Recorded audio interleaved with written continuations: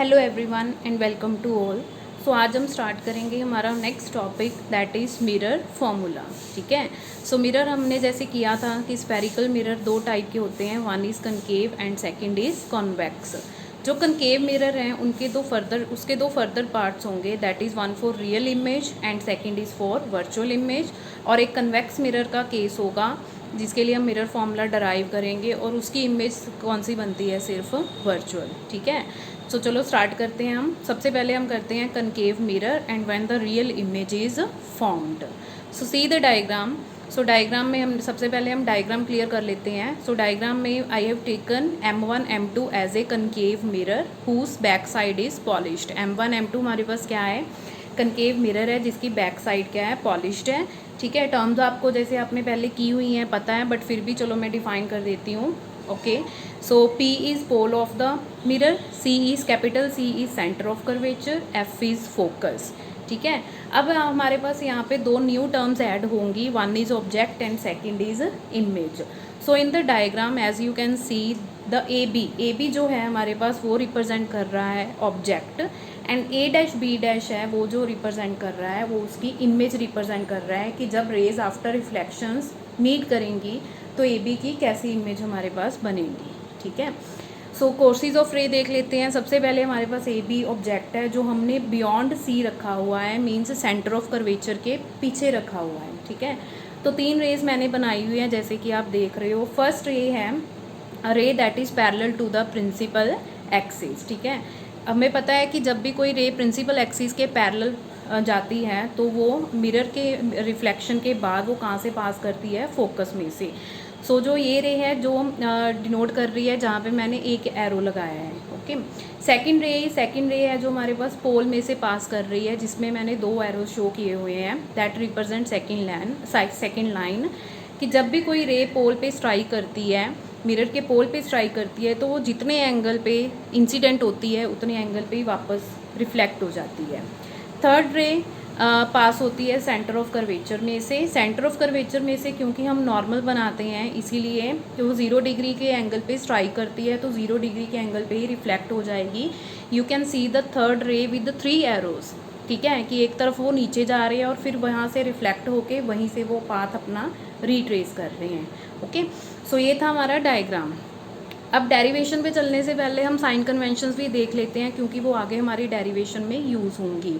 So below the diagram you can see the sign convention. तो सबसे पहले है हमारे पास P F is the distance of focus from the pole and it is taken as -f। क्यों? क्योंकि हमने साइन कन्वेंशन में किया था कि अगर हम डिस्टेंस है जो इंसिडेंट रे के ऑपोजिट मेज़र करते हैं तो वो उसका जो वैल्यू आती है वो किस में आती है, साइन आता है वो माइनस में आता है। ठीक है। एज यू कैन सी जो रे है वो राइट हैंड साइड पे जा रही है, बट कनकेव मिरर के केस में हम जितने भी डिस्टेंस मेज़र करेंगे वो सभी नेगेटिव आएंगे। क्यों? क्योंकि जो इंसिडेंट रेज हैं वो राइट हैंड साइड की तरफ जा रही हैं और जितने भी हम डिस्टेंस मेज़र कर रहे हैं वो हम मेज़र कर रहे हैं अलॉन्ग लेफ्ट हैंड साइड। आप देख लीजिए। सो पी एफ हमारे पास क्या हो गया, -f that is focal length. P C is -r is radius of curvature. ठीक है। अब यहाँ पे हम दो टर्म न्यू जो डिफाइन करने जा रहे हैं, that is one is u and second is v। u क्या होता है, distance of object from the mirror. Object हमारे पास है ए बी। सो पोल से ऑब्जेक्ट का जितना डिस्टेंस होगा that is written with P B and it is represented with U. So ये डिस्टेंस भी क्या आएगा हमारे पास, नेगेटिव। ठीक है। सिमिलरली जो डिस्टेंस होगा इमेज का फ्रॉम द मिरर और यू कैन से पोल, उसको हम लिखेंगे, डिनोट करेंगे स्मॉल v के साथ। ठीक है। और यहाँ पे जो डिस्टेंस है वो है पी बी डैश। सो पी बी डैश भी हमारे पास क्या आएगा, -v। माइनस अगेन क्योंकि हम डिस्टेंस मेज़र कर रहे हैं लॉन्ग लेफ्ट हैंड साइड और हमारी इंसिडेंट रे है वो जा रही है लॉन्ग राइट हैंड साइड। ठीक है। चलो अब डेरिवेशन स्टार्ट करते हैं। सो स्टार्ट करने के लिए आप जो टर्म्स हैं जितनी भी मैंने डिफाइन की हैं जैसे पी एफ सी वो आप लिख सकते हो कि हमने डायग्राम में कौन कौन सी टर्म्स यूज़ की हैं। इसके अलावा आपको कुछ भी लिखने की ज़रूरत नहीं होती थ्योरी में। ठीक है। सो डेरिवेशन स्टार्ट करते हैं। So first is in triangle A B C and A dash B dash C. So सबसे पहले डायग्राम में देखिए जो हमने दो ट्रायंगल बनाई हुई हैं A B C and A dash B dash C. These triangles are similar, ये सिमिलर होंगी।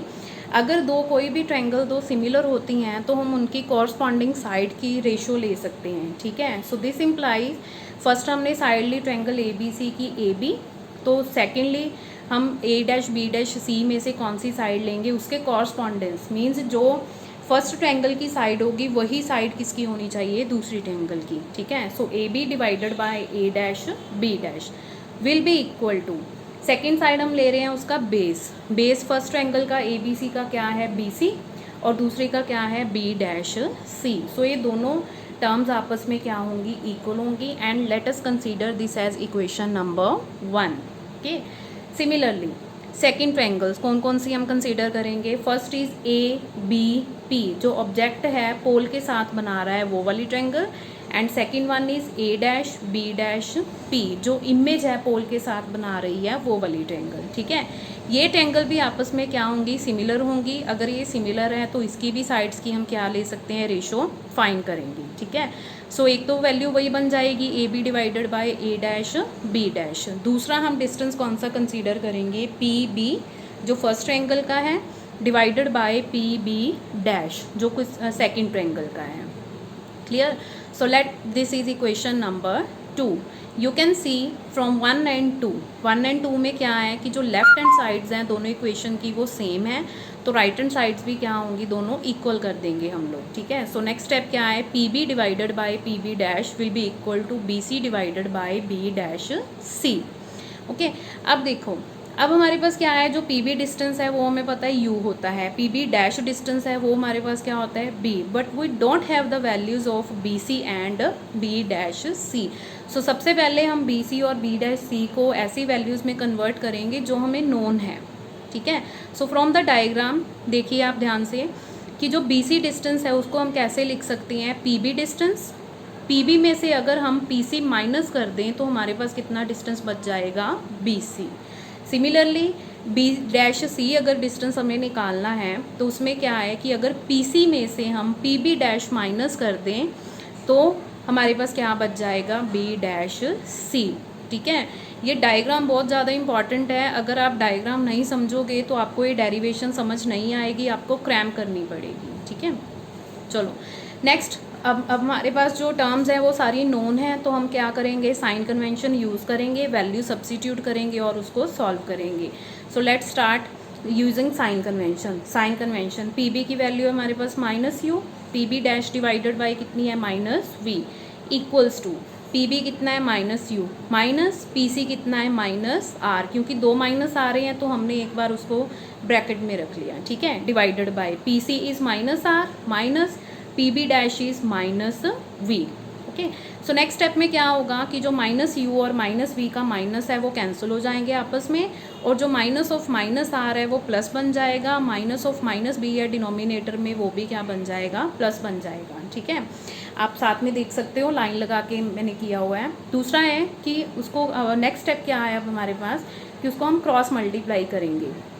जब हम क्रॉस मल्टीप्लाई करेंगे तो हमारे पास कौन सी टर्म आएगी, फर्स्ट टर्म आएगी minus U R, second term आएगी plus U V, that will be equal to minus U V plus V R, okay. So now you can see in this equation कि जो right hand side पे हमारे पास एक term आ रही है minus U V, minus U V को हम लेफ्ट हैंड साइड पे ले आएंगे, और जो लेफ्ट हैंड साइड पे टर्म है माइनस यू आर उसको हम ले आएंगे राइट हैंड साइड पे। So we will get the next equation that is U V plus U V is equal to U R plus V R. U V plus U V हमारे पास बन जाएगा 2u v, right hand side as it is U R plus V R, ठीक है। इस पूरी equation को हम डिवाइड कर देंगे यू वी आर से, पूरी इक्वेशन को हम डिवाइड कर देंगे यू वी आर से, तो लेफ्ट हैंड साइड पे हमारे पास बचेगा 2 divided by R, right hand side पे फर्स्ट टर्म में बचेगा 1 divided by V, second term में हमारे पास बचेगा 1 divided by U. So this is the mirror formula. अब ये जो मिरर फॉर्मूला आया है हमारे पास that is in terms of radius of curvature. अगर हम फोकल लेंथ में एफ में फाइंड करना चाहते हैं तो we know the relation that is small F is equal to R divided by 2। So 2 divided by R क्या बन जाएगा 1 divided by F. So we will get the final relation that is 1 divided by F is equal to 1 divided by V plus 1 divided by U. This formula is known as mirror formula. So from here we can conclude that कि जो mirror formula होता है वो किन किन terms में हमें relation देता है. वो हमें रिलेशन देता है F focal length, U distance of object and V distance of image from the pole. Okay. So similarly हम नेक्स्ट करेंगे कनकेव मिरर के लिए ही when the virtual image is formed. उसमें क्या होगा कि सिर्फ डायग्राम में चेंज होगा. जो फर्स्ट टू इक्वेशंस हैं वो सेम तरीके से बनेंगी. सेम ही हम ट्रायंगल्स कंसीडर करेंगे A B C and A dash B dash C. और दूसरी बार हम सेम ट्रायंगल्स कंसीडर करेंगे A B P and A dash B dash P.